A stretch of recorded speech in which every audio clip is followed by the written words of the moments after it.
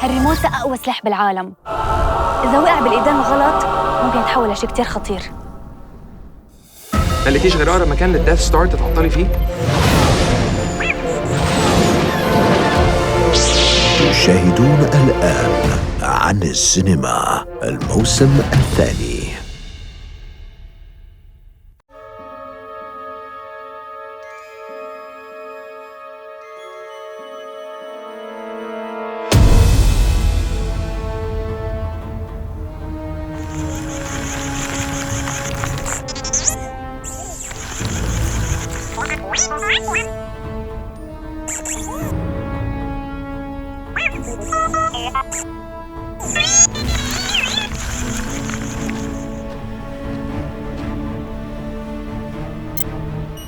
عبود؟ عزام؟ حدا عم يسمعني؟ ايوه سامعك بوضوح يا زعامه. الحمد لله. بدي حدا منكم يساعدني، وقعت طيارتي بيه. عارفين، خدنا بالنا. ما لقيتيش غير أقرب مكان للديث ستار تتعطلي فيه؟ مش وقته هلا، تعوا خدوني. بصي وراكي.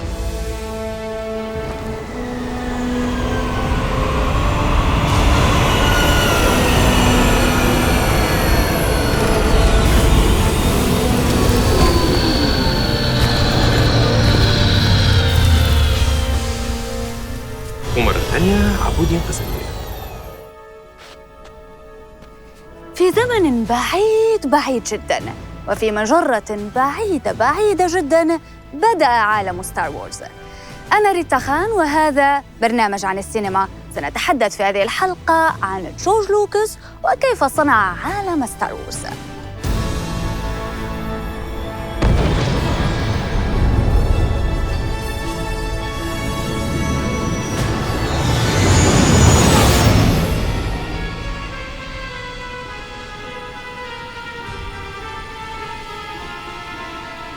ريتا جربي دلوقتي كده. بعدني ما عم بقدر أحركها. دوري المحرك ودوسي بنزين.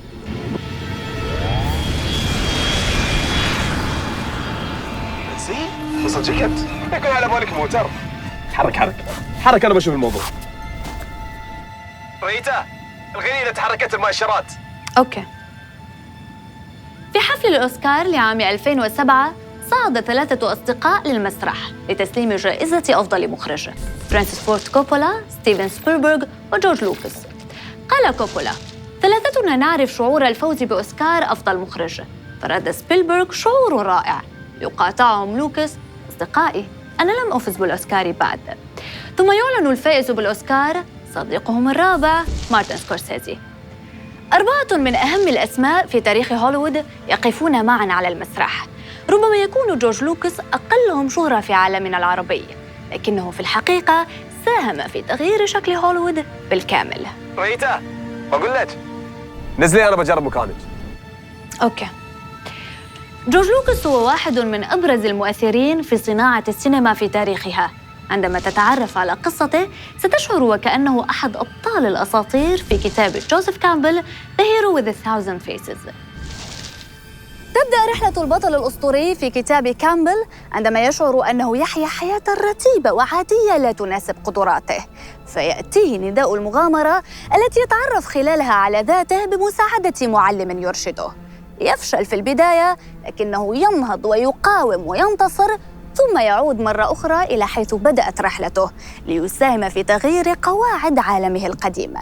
رحلة البطل هذا سيخوضها لوكاس بنفسه في سعيه لصنع عالم ستار وورز، وسيخوضها أبطال أفلامه كذلك، لأن لوكاس سيعيد خلق أفكار كتاب كامبل في سلسلة ستار وورز.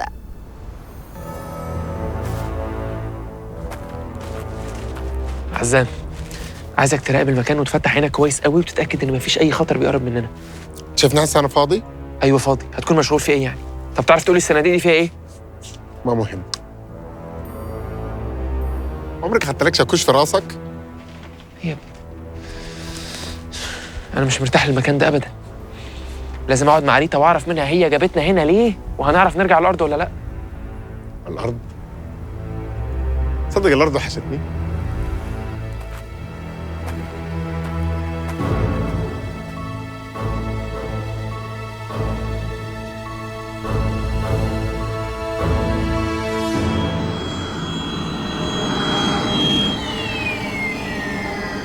كان حلم لوكاس الأول أن يصبح سائق سيارات سباق محترف، لكنه تعرض لحادث خطير عام 1962 منعه من تحقيق هذا الحلم.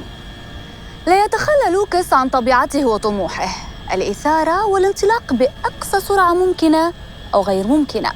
يختار السينما لإثارتها فيقرر دراستها وينطلق بها للأمام دون توقف، بل ينطلق بها إلى الفضاء حين كان الجميع يسيرون على الأرض.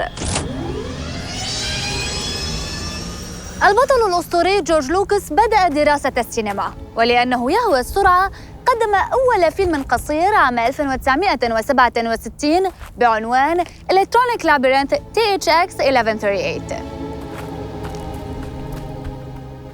Budget control. We'd like a cost analysis on the THX 1138 account. Include all interest and inflation percentages. Expenditures are $649 and rising. لم يتوقف لوكاس بل زاد من سرعته، وبعد 4 سنوات حول فيلمه القصير لروائي طويل بمساعدة كوبولا المؤمن بموهبة لوكاس، والذي كان معلمه ومرشده في هذه المرحلة. تلقى الفيلم إشادات نقدية واسعة، لكنه لم يحقق النجاح المطلوب في شباك التذاكر.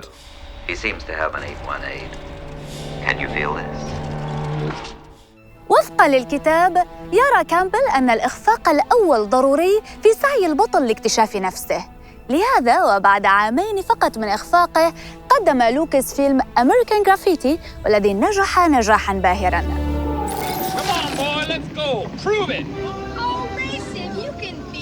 ترشح الفيلم ل5 جوائز أوسكار، منها أفضل فيلم وأفضل سيناريو وأفضل إخراج، أو ببساطة أفضل لوكاس، فهو من صنع كل هذا. حقق الفيلم $100 مليون داخل أمريكا فقط، رغم أن ميزانيته لم تتجاوز $800,000. من هذه اللحظة أصبح اسم جورج لوكاس أحد أشهر الأسماء في عالم السينما، لكن كامبل في كتابه يخبرنا أن على البطل أن يعود مرة ثانية ليغير قواعد عالمه القديمة. فإلى أين عاد لوكاس وما الذي فعله تحديداً؟ ريتا بطلي تضيعي وقت، احنا لازم نتكلم. ومين قالك عم ضيع وقت؟ انا بقول لك انت بتضيعي وقت، احنا لازم نتكلم. عن شو؟ عن شو؟ خلينا نفكر كده.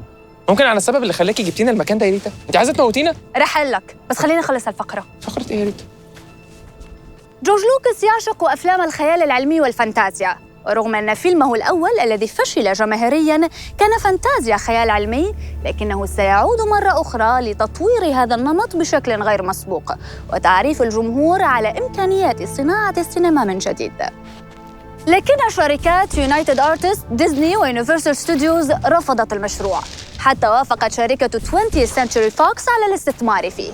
أخيراً أصبحت لديه الفرصة لكتابة وإنتاج وإخراج ستار وورز. ايه ده؟ الحاجات دي كلها جايه منين؟ أول عالم كامل وممتد في الفضاء، أكوان، مجرات، كائنات فضائية ولغات متعددة. كان لوكاس متخوفاً بشدة من فشل التجربة، لذا ذهب إلى جزيرة منعزلة قبل عرض الفيلم مباشرة، لكن ما حدث بعد ذلك يفوق كل ما سبق وتمناه. لا بجد الحاجات دي كلها جايه منين؟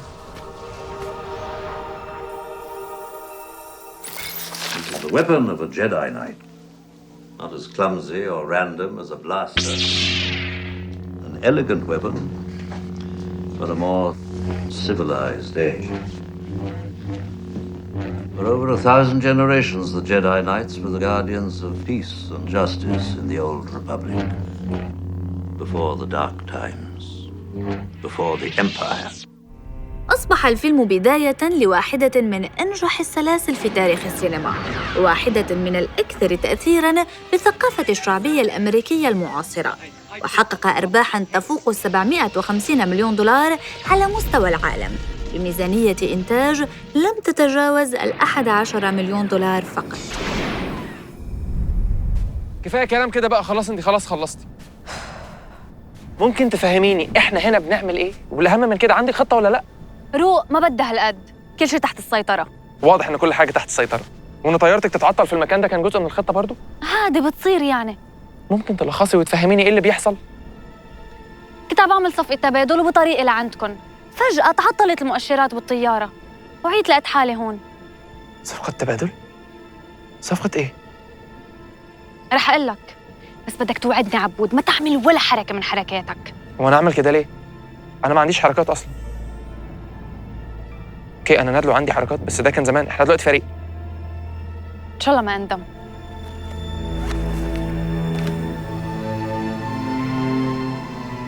ما في أحد غير عزام في أي حاجة. عزام سوي، عزام أعمل. جايبيننا هنا يا أخي نعمل شنو يا أخي؟ ليش نداس؟ حجار وتراب ورملة ووسخ وتروبرز تروبرز؟ عبود حسن يا ريتا يا جماعة ردوا علي، في تروبرز يا جماعة. يا جماعة حنموت يا جماعة، ده جايين حتى احنا تحاصرنا.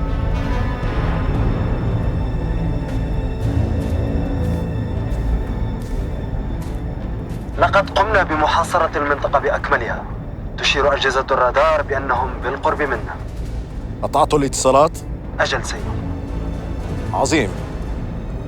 تركيزنا على البنت، ما فيها خليها تروح بالريموت.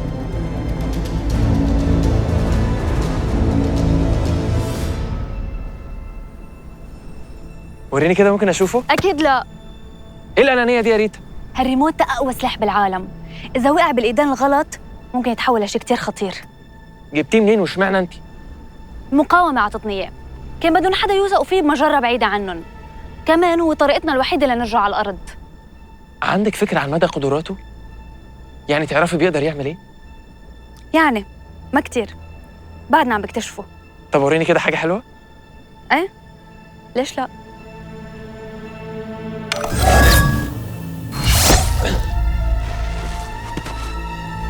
ريتا! طموح لوكاس الأسطوري جعله يحقق النجاح ككاتب سيناريو ومنتج ومخرج. أنشأ شركة لوكاس للإنتاج الفني التي استحوذت عليها ديزني عام 2012، ويمتلك واحدة من أنجح شركات المؤثرات البصرية للأفلام Industrial Light and Magic، واستوديو الصوت باسم سكاي ووكر ساوند، لتصبح لديه سيطرة كاملة على كافة مراحل أفلام ستار وورز الإنتاجية. أحدث جورج لوكاس ثورة حقيقية في معايير صناعة الأفلام.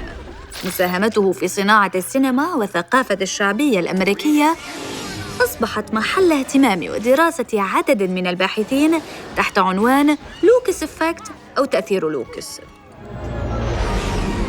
ستار وورز كانت ثورة فنية في سينما الخيال العلمي والفضاء، لكن تأثيرها في الثقافة الشعبية الأمريكية اليوم لا يعود لهذا السبب فقط. في الولايات المتحدة وبعد حرب فيتنام، رأى أغلب الأمريكيين أن الحرب غير أخلاقية أو مبررة، وخيم شعور كبير باليأس والهزيمة على الجميع.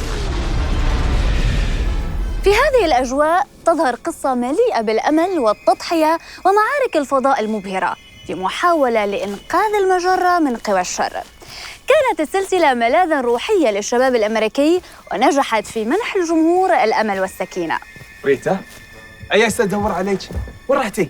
ليه ما حكيتنا على الإيربيس؟ حاولت لكن الاتصالات مقطوعة. غريب. طيب صلحت الطيارة؟ عفا عليك، كل شيء جاهز. عظيم، يلا لكن.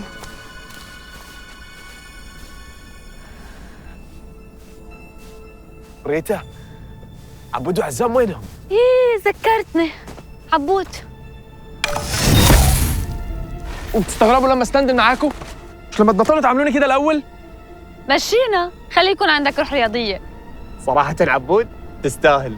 أنا ما أدري هي سوت لك، بس أكيد معاها حق. ممكن نكلم عزام ونطلع من هنا بقى؟ خلينا نجرب شي تاني بهالريموت. وين راحت؟ ما اعرفش، هتقعد تختفي كده كتير.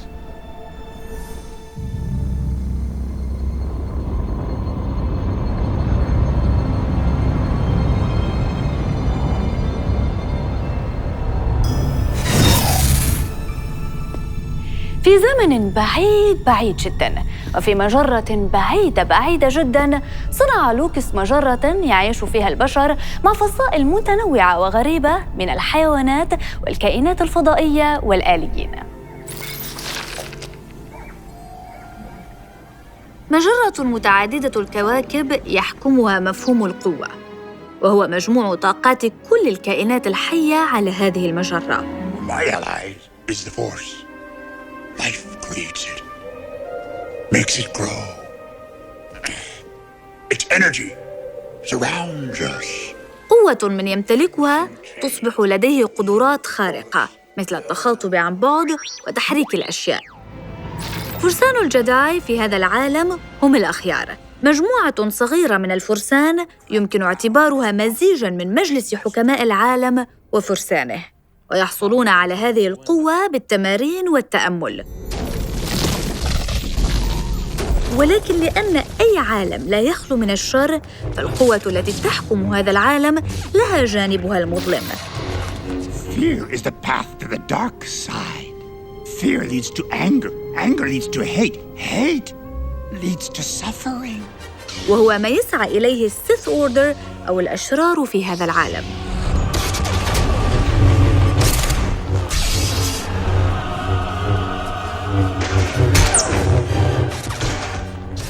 كل شخصية في هذا العالم يمكنها أن تكون سلسلة أفلام بمفردها، وهذا ما فعلته منصة ديزني بلس عندما قدمت إحدى شخصيات هذا العالم بمسلسل منفرد عام 2019 باسم ستار وورز ذا ماندلوريان.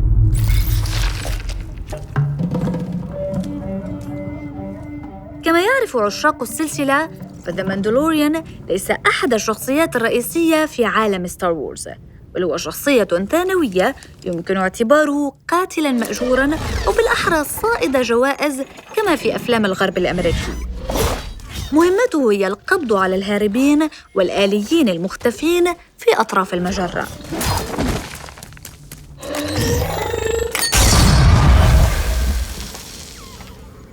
في مفاوضات ستار وورز قدم لوكاس عرضاً لاستوديو 20th Century Fox لا يمكن رفضه، فقد طلب أن يكتب الفيلم ويخرجه ويدير إنتاجه مقابل $150,000 فقط، ومقابل الاحتفاظ بحقوق الملكية والترويج للفيلم. ولأن حقوق الترويج للأفلام وقتها كانت تتوقف عن تحقيق شيء بمجرد انتهاء عرض الفيلم في السينما، لم يتردد الاستوديو في قبول هذه الصفقة سريعاً.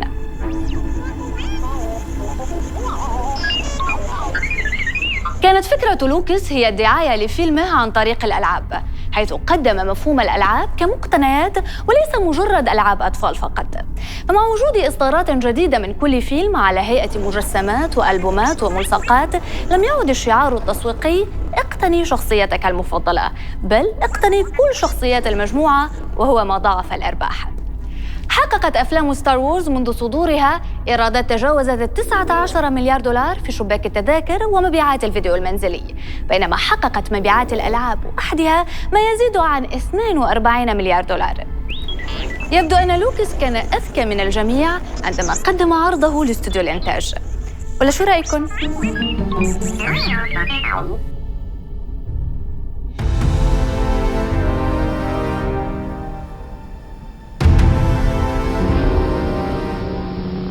بدي إياه حيرجع لي يا ريتا.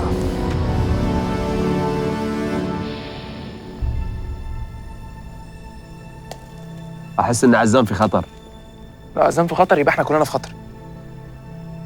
لا بقول لك، ريتا وين؟ أنا أعرف، عمري ما هفهم البنت دي. لو كانت معانا كان زمانها ساعدتنا بالريموت بتاعها، بما إنه خارق قوي يعني كده. شوفي. لا ما في، سبتيني ومشيتي بس. ما تروحينا يا ريتا. روق هلا منفل. وين عزام؟ عيست أدور عليه ما لقيته. وين كان؟ بعته يراقب المكان، ممكن تلاقيه باللعبة الجديدة بتاعتك؟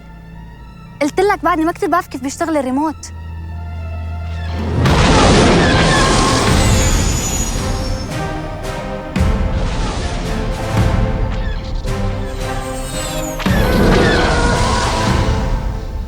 تاي فايترز، قلت لكم ان احنا في خطر.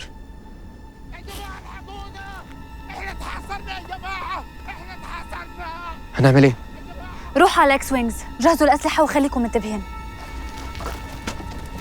كانت أفلام الخيال العلمي قبل ستار وورز مليئة بمشاهد تعكس التطور التقني المذهل، فسفن الفضاء ذات هياكل معدنية براقة والتكنولوجيا متطورة لأبعد حد. لكن لوكاس قلب هذه الفكرة رأساً على عقب، فشاهدنا المركبات الفضائية مغطاة بالغبار والقمامة في كل مكان.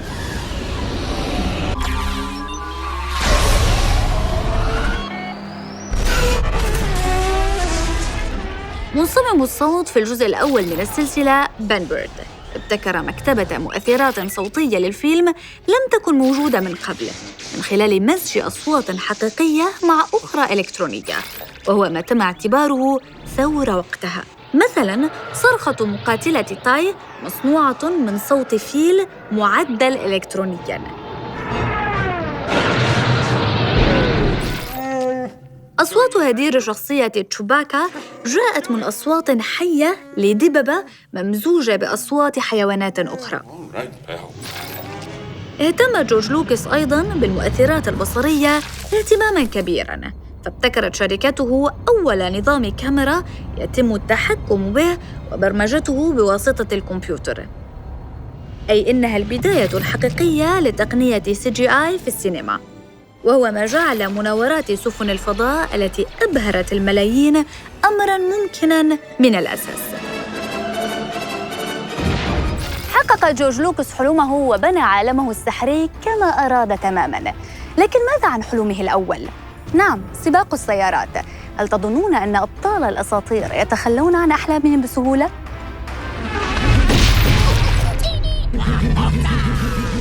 لم يعد لوكاس لسباق السيارات، لكنه قدم داخل أحداث سلسلة ستار وورز سباق مركبات فضائية شديد الإثارة، فنجح من خلاله باستعادة حلمه القديم وإعطاء مغامرة مشوقة لمشاهديه.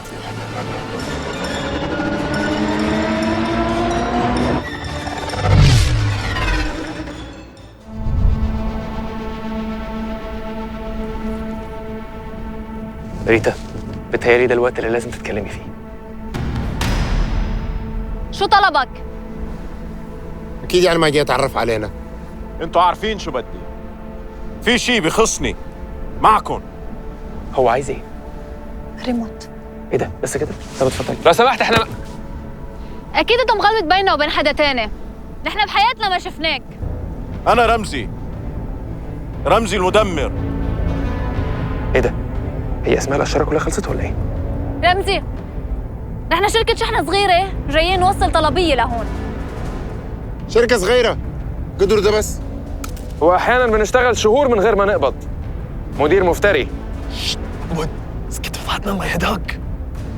أنا عارف أنتوا مين. أنا عارف أنتِ مين. طيب إذا لك تعرف مين أنا، لكن لازم تكون متأكد إني ما رح سلمك الريموت. بس كده خلاص يعني؟ مفاوضات جيم اوفر؟ فيكي تحلي الموضوع بالطريقة السهلة أو الصعبة. بالطريقة الصعبة لكن. صعبة ايه يا ريتا؟ إيه اللي انت بتقوليه ده؟ كنت بتمنى إنك تختاري طريق الصعب. تعرف شو؟ ما بحب الشو اوف. خليني أولاً أخلص من هالجمهور.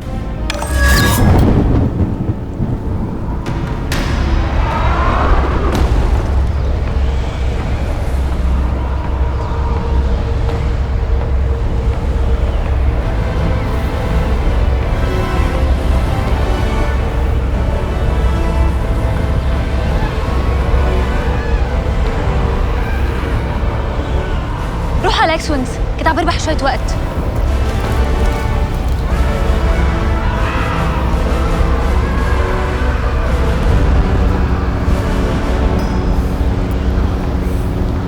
بدك الريموت؟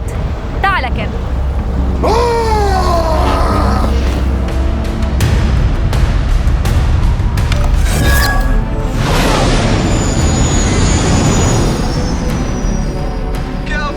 كفو عليك يا ريتا. هو الريموت ده بيجي معاه كتالوج؟ واضح ان في حاجات كتير لازم نتعلمها. شباب ضلوا منتبهين، رح تشوفوا قدامكم بوابة فوتوا فيها لنرجع للأرض. علم احنا راجعين الأرض نعمل شنو أصلاً؟ هنعمل اللي بنعرف نعمله، ننتج أفلام. هنفتح أكبر شركة إنتاج سينمائي في المجرة كلها. طيب ممكن بس تقول لي المكيف بيشتغل كيف؟ يمكنك مشاهدة سلسلة ستار وورز كعلامة فارقة في تاريخ السينما وأكثر سلاسل الأفلام نجاحاً، أو كنقطة تحول في أفلام الخيال العلمي، لكنك في كل الأحوال ستستمتع برحلتك في هذا العالم الخيالي الذي صنعه جورج لوكاس. أنا ريتا خان، وهذا برنامج عن السينما. إلى اللقاء.